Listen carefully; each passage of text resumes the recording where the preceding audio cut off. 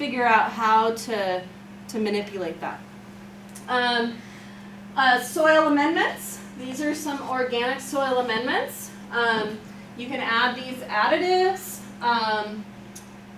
There's lots of organic additives out there that you could use. These are not the only ones. I prefer the ones in the box because they're not coming in plastic, but although they have plastic inside.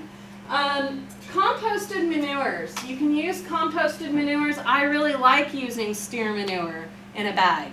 I think for my summer plants, I add a bag of soil and a bag of steer manure. That's my mix for my summer plants.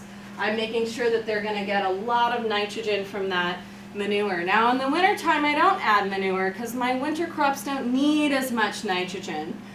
So I only do that in the summer. And then my favorite amendment is straw mulch. Even though it's a mulch, what happens is when you lay that down on top of soil, the worms love that straw. They will come, this straw, and you want to make sure that it's not seeded. You want to make sure that you buy rice straw and not hay or alfalfa or anything like that that's seeded. You want to make sure it's rice straw. But what happens is it grows mycelium and fungi on the straw where it's touching the soil. Our plants need that fungi, right? They need it to grow, and the worms devour that fungi and all that bacteria where the straw is decomposing on top of the soil.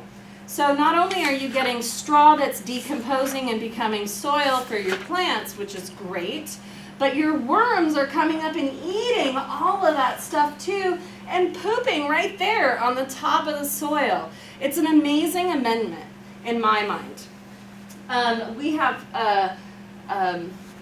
beds that we have added, straw over straw over straw over straw, and I literally can just stick my hand in that soil and dig it. It's beautiful soil. And there's tons and tons of worms. And the kids love that when they're digging. They're like, 10 worms are coming out. And it's awesome. So I would very much recommend straw mulch in every garden. Okay? So mulch is what you put on top. Okay. You don't mix it in. You don't want to mix in that with your soil underneath. I think this frosting. So, I mean, in talking with worms and digging worms and everything, with kids, what's your experience with, like, I dug through a worm, right? It's a learning experience. So then we talk, but that's not true, actually. If you cut a worm in half, here's the thing. I don't have my worm diagram with me, but a worm is a long, thing, and it's got a clitellum around the middle, right? It's got a little band around the middle. Well, most of the important organs for the worm are up here above the clitellum, okay? And then below the clitellum is mostly intestines and, the poops going through their bodies, right?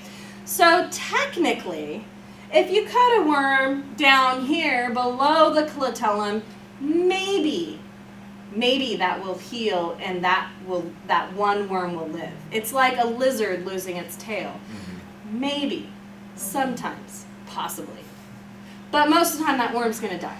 And then if you definitely cut it above, it's gone. It doesn't make two worms, never makes two worms, but this is like a common misconception that all kids somehow know. I don't know how they know it. So it's a learning experience. And I take a deep breath with the kids and go, well, we have so many worms, and we do our best to make sure that we're not cutting through and hurting anything, but sometimes it happens. And just to know that we have a ton of worms in our soil just makes me happy. And so I tell the kids, like, it's good that we have worms, and unfortunately sometimes they get killed, but so do fungi and bacteria and other bugs in the garden. So it's not just worms. Did you have a question? Oh, no, okay. Does plastic shovels help with that? No. But they also bleed. I think that's kind of a good thing to have kids be careful. They have red blood just like we do. Yeah. Yes. I had this happen on Friday with my computer group, and one boy, like, he's really a soil avoidant, and it happened to be him. So I was just saying, I said, so I said, we're visiting and we're doing our best to take care of this environment, but in trying to help it, sometimes that might happen and it just becomes part of the soil again. You know, I tried to like just shift it to like, you didn't do anything wrong. Right, that But- worm becomes food for something. Yeah, he's Yeah. staying here, he's taking care of the garden, just like you know, just like that seemed to work really well, but Whatever you It can was do very to calm the child down. yeah. Whatever you have to do. Excuse me. Yes, you have. I just wanted to mention something quick. Yeah. A good source of composted manure, steer manure, is Garrett Farms, Oh, okay. That's really or important. Garrett Stables. Great. We could write that up there. Yeah. All right, you guys. So when we're preparing soil for planting with students, you want to pre-irrigate before they come to the garden, especially if it's been hot. That way it's easier for them to dig into the soil if you have compact soil. You might want to add amendments before they come if you think that's important that they don't do that. But I actually think adding amendments with the kids is important. So like I said, I use these little containers to put fertilizer if I want to add an amendment to soil, so that they don't have to touch it and it's in here. And then you might want to loosen the soil. So if the soil is really, really compact, know that your kids aren't going to uncompact that for you. They're going to dig a little tiny hole and put their plant in there. So know that you might, you know, in special situations where the soil's a little bit harder to get through, that you might have to go through and do a little digging first, okay? And that brings us to no-till versus digging. I am a very adamant no-till person, unless I am growing carrots or radishes or root crop like potatoes. But, you know, if you have your soil in a container, you're not going to have to till ever. You know, it's not going to get that compacted. You're going to be continuously adding good soil into that. Where the compaction is going to happen is where kids walk, if you're allowing them to walk on beds that are in the ground, or just over time the rain will compact that soil quite a bit. So I'm a big no-till person because of all those living things in my soil. They get disturbed every time I dig into the garden. So I want to dig as little as possible. Okay?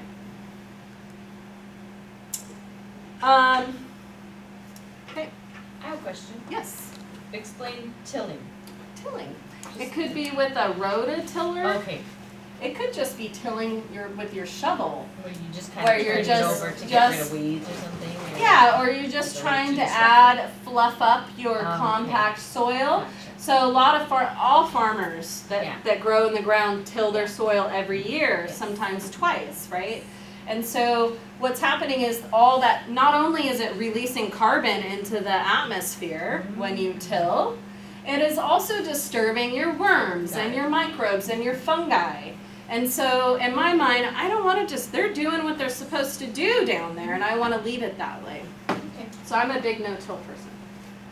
And I'm also a lazy gardener, so, you know, that kind of falls into that too. All right, so here's my purchase of soil that I had delivered.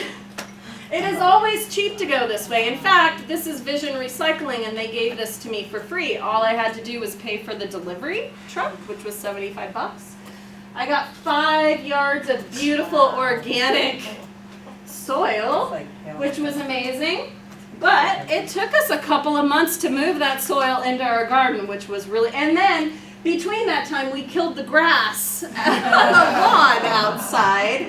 So this was I think I did this twice and then I was done. I didn't do it again. You can look for free composted manures, but I have to tell you, I've gotten horse manure quite a bit for free. Very nice, beautiful composted manure. And every single time I have had massive amounts of weeds. Because horses eat weeds and it doesn't get digested in their system and it comes right out. So I no longer get free manure, but I do like chicken manure from people who have chickens. I like rabbit manure from people who have rabbits. They poop a lot, rabbits. That's good. And rabbit poop you can kind of put right on. You don't even have to It's the only. compost. It's the only manure that you don't have to compost before you put it in the garden. Chicken's pretty safe, you think, for schools? They have to be compost. So chicken manure I would put into my compost bins and then do it that way because that has to compost. It's too hot to put. Okay. But no, there shouldn't be any issues with students with that. You want to make sure it's composted. In the compost, not the worm. You can put it in the worm bin too. Chicken manure is a little hot for before, but you know, there's people who put horse manures and stuff in their worm bins, but I wouldn't recommend it. I think you're gonna have enough food waste Right. for your worms that this kind of manure is better in the compost bin. You can do it, yeah. What do you mean by hot? Hot. So when we poop, it's full of nitrogen, and before that's composted, what happens is that heats up to kind of biodegrade. So it's really hot. So when you put fresh manure on a plant, right? It's not going to. You have another explanation for me? Well, I was just thinking like when a dog poops, you know, and it's cold, it steams. Yes. I thought that was body heat. No, it's poop. Yeah. I was It gonna is say, gassy. from an Osh person who has a nursery licensing, someone came in and said, all my plants died, I had 20 of them, I put the manure beneath the plant. And it's like, yeah, the hot. It's too much nitrogen. Too much nitrogen will burn up a plant, Yeah. that's it. It's Oh, too so much it's a chemical. nitrogen. Yeah, it's really and then it Okay. physically gets hot though. Like it does when it's physically get hot. decomposing, it heats up with all those microbes and stuff that are in there doing their job, decomposing that Yeah. poop. It gets really hot. Yeah. You So see it any coming up fresh the- poop should go right into the compost bin. And I always get composted steer manure for my garden if I want that. And then if you're looking for measurements, this is a great soil calculator right here. You can put in the dimensions of your bed and it will tell you how much soil you need. And I've used that quite a bit. So you can go to that link and check that out. All right, seeding and transplanting. That's on page 68 now.